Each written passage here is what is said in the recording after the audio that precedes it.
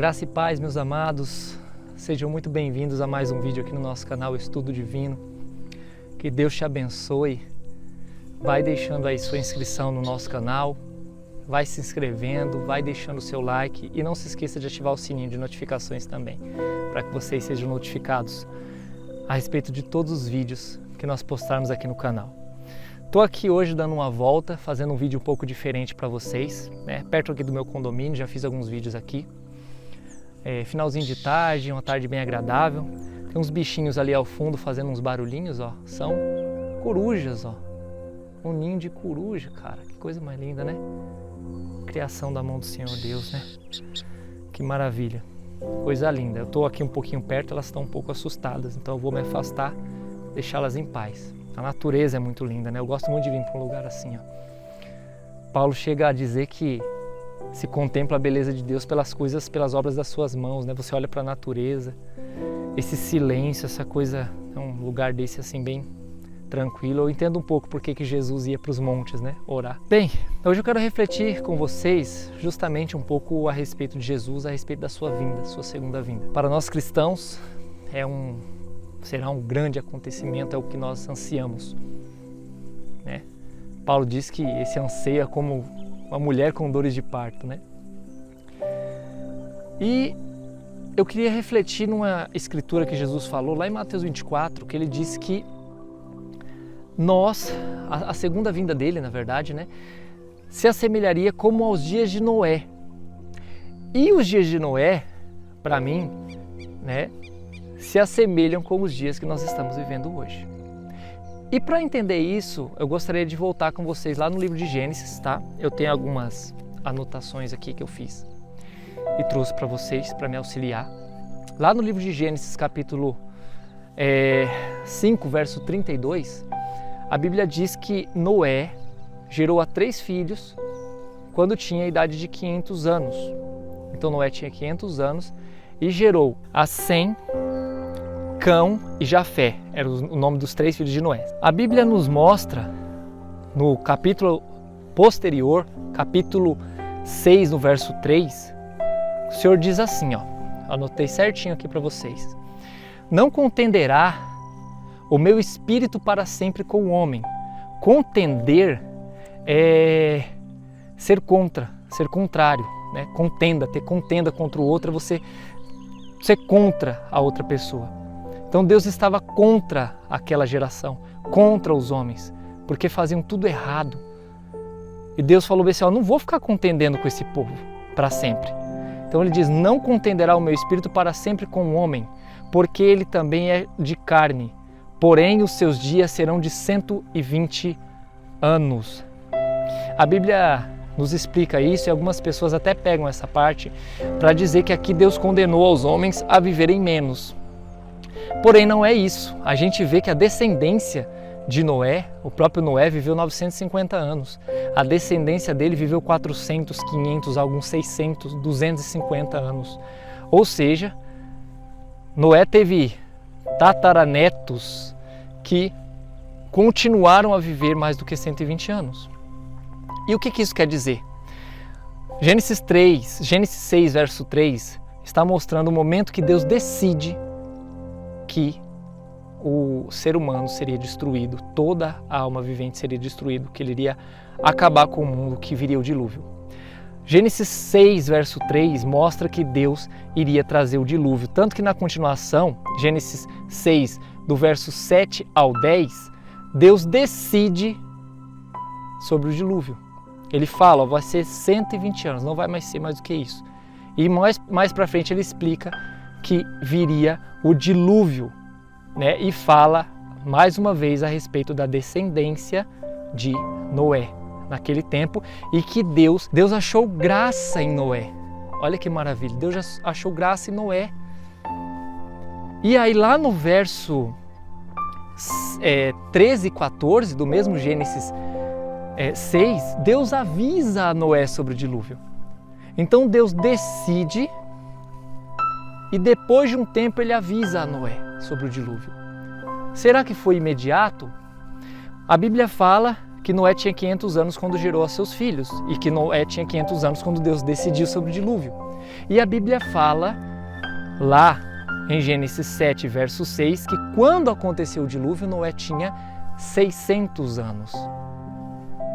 Bem, se Deus disse, quando ele decidiu que destruiria o mundo, faltava 120 anos para o dilúvio, e ele avisa Noé com 500, logo Deus ficou 20 anos para avisar para Noé, provavelmente.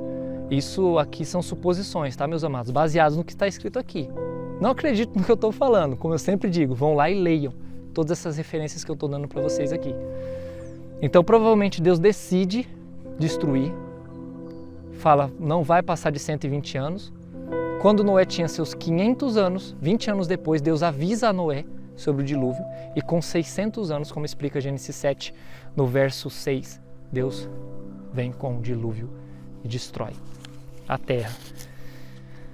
Agora, o que isso tem a ver, Roberto, com os últimos dias? Jesus falou que os últimos dias se assemelhariam com os dias de Noé.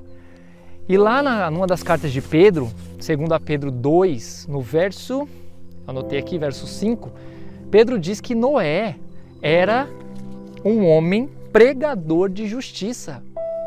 Ou seja, Noé apregoava a justiça ao mundo. Agora você pense só, se Deus avisou a Noé quando ele tinha 500 anos aproximadamente e o dilúvio aconteceu com 600, Noé apregoou a justiça provavelmente por 100 anos. Não foi por um ano, por uma semana, por um mês, Noé ficou apregoando sobre a justiça e provavelmente alertando ao povo do que aconteceria por 100 anos. Agora nós vamos refletir a respeito dos nossos dias, que se assemelham com os dias de Noé, como o Senhor Jesus disse. O Senhor Jesus disse que os últimos dias, os dias que antecederiam a sua vinda, se assemelhariam como os dias de Noé.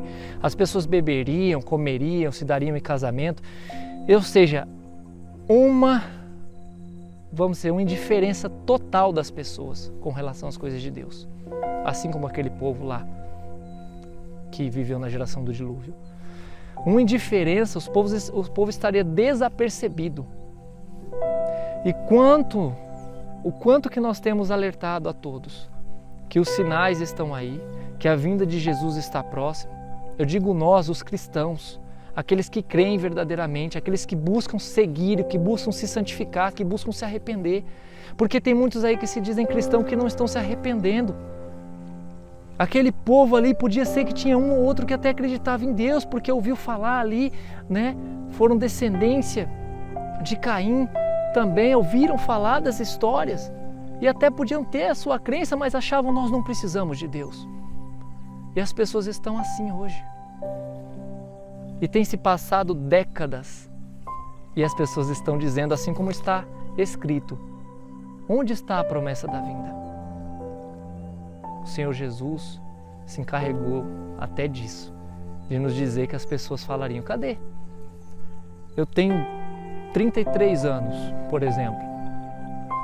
Sou novo, mas imagine uma pessoa aí com 50 ou 60 anos, que tenha ouvido talvez desde os seus 20 anos pregadores falar que Jesus está voltando. E talvez a fé dele até esfriou porque ele viu que isso não aconteceu ainda. Mas lembre-se que Noé pregoou provavelmente por 100 anos que viria um dilúvio. Um dia para Deus é como 1000 anos para a gente. E o Senhor Jesus disse que assim como nos dias de Noé, seria nos dias que antecedessem a vinda dele.